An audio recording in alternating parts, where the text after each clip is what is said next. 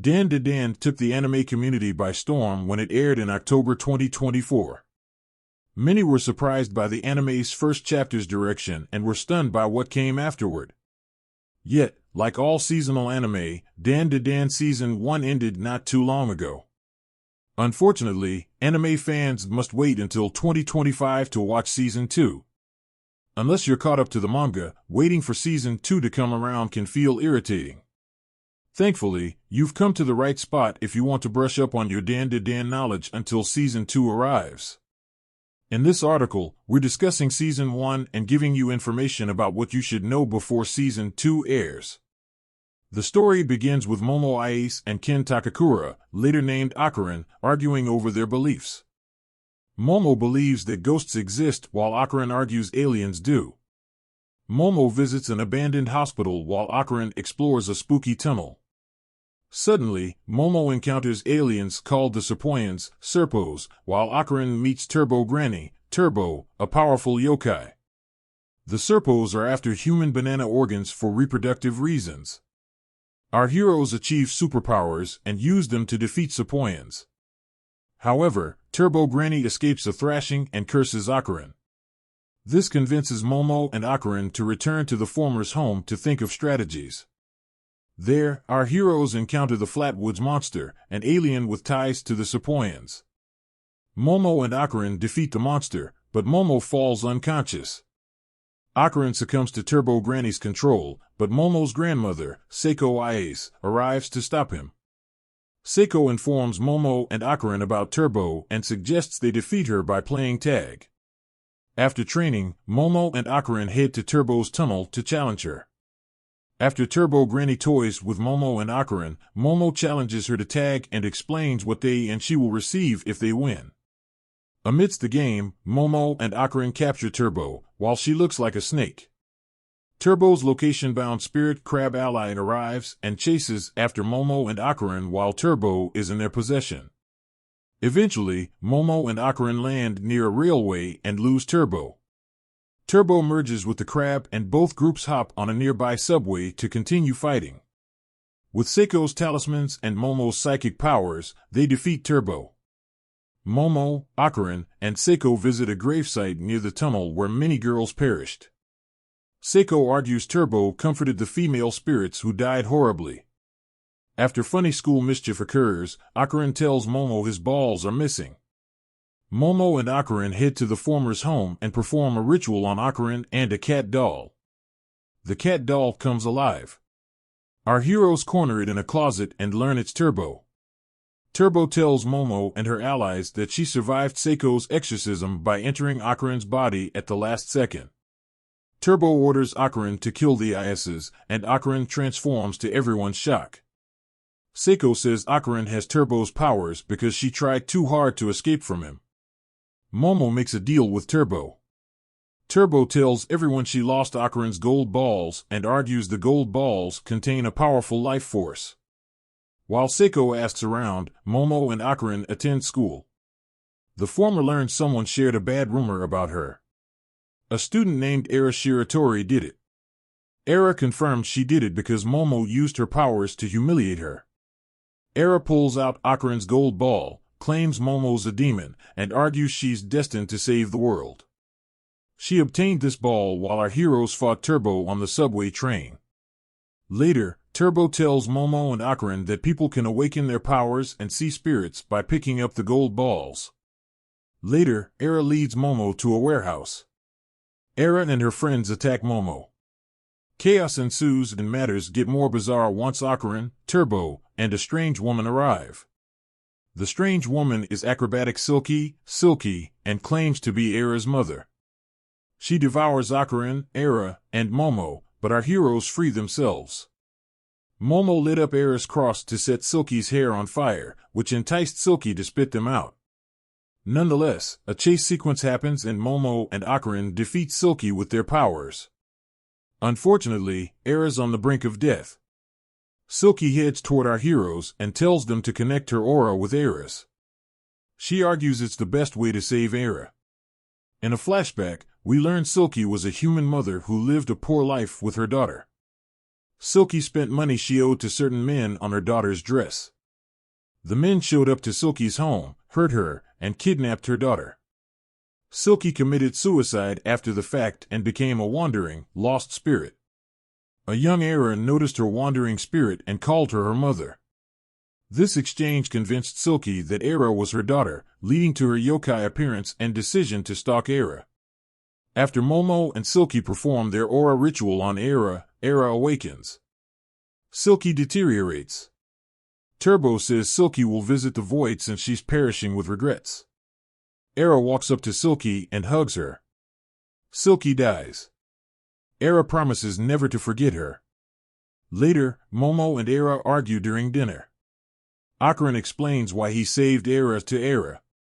Era thinks Ocaran is under Momo's control and develops feelings for Ocaran. At school, Momo spots Ocaran towering over Era's body. Ocaran tries telling Momo it was an accident, but she refuses to hear him out. Ocaran hears Era scream in the hallway, and the two encounter a Mantisian, later named Mr. Mantis Shrimp. At the same time, Momo spots an aquatic dinosaur, Nessie, in a different hallway. While Ocaran protects Era from Shrimp, the Serpos arrive. The Serpos place Ocaran and Era in their void space and tell Ocaran they want to steal his powers. Era transforms into her acrobatic Silky form to support Ocaran. She and Ocaran get trapped in the Serpos' awesome zone minutes later, but Momo arrives to free them. More madness ensues involving the demise of two Serpos. Nessie, Shrimp, and the remaining Serpo fuse and confront our heroes again. Momo and the others defeat them. Several students surround Ocaran and Momo since they strip down into their undergarments. Ocaran, Momo, and Era run off embarrassed. Ocaran, Momo, and Era discuss their enemies' plans. The former argues the aliens want to invade Earth, but the supernatural spirits protect Earth from them. Ocaran says the aliens want special human banana organs so they can develop technology to defeat the yokai. Era departs and tells her classmates and friends she spread the rumor about Momo. While Momo and Era discuss this dilemma outside, Shrimp confronts them. He, Momo, and the others head to Momo's home. Shrimp tells Momo he travels to multiple places, collecting currency to support his child, Chiquitita. He says Chiquitita's ill and requires specific blood to survive. Before Shrimp departs to find work, Seiko hands him milk. Shrimp drinks it and realizes it's the blood he needs. Seiko asks a dairy farmer to lend Shrimp a cow he can take home. Shrimp thanks everyone and departs with the cow. Gigi and Joji, Momo's childhood friend and love interest, arrives. Matters get awkward between Gigi and our group, resulting in Ocaran and Era departing the Iase family home. Seiko tells Momo that Gigi's parents are hospitalized, so he'll stay with them until they recover. Gigi apologizes to Momo while cleaning the dishes with her. He tells Momo he can see spirits and that a strange monster is wandering his home. Gigi argues his parents became ill after he met this creature. Although Gigi got spirit mediums to help, some died on duty. Therefore, one of the mediums told him to visit Seiko for help.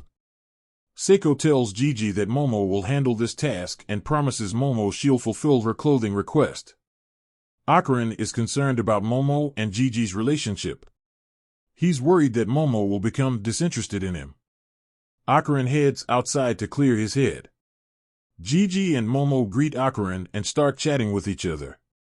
Ocaran walks somewhere and a live anatomical model, Taro, heads in his direction. The model runs in Gigi and Momo's direction next. Momo uses her powers to grab the model. Ocaran transforms and chases after them. Eventually, our heroes arrive at a dump. They spot Taro confessing his love to a female anatomical model named Hannah.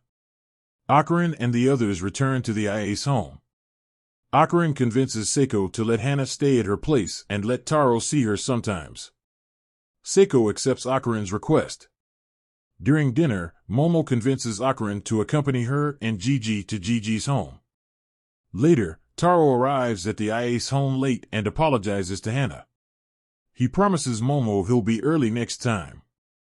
Ocaran interrupts Momo and Gigi's chat with his Tsukinoko tale. Gigi shares his Tsukinoko tale. Akarin learns Gigi's not so bad but doesn't fully accept his friendship.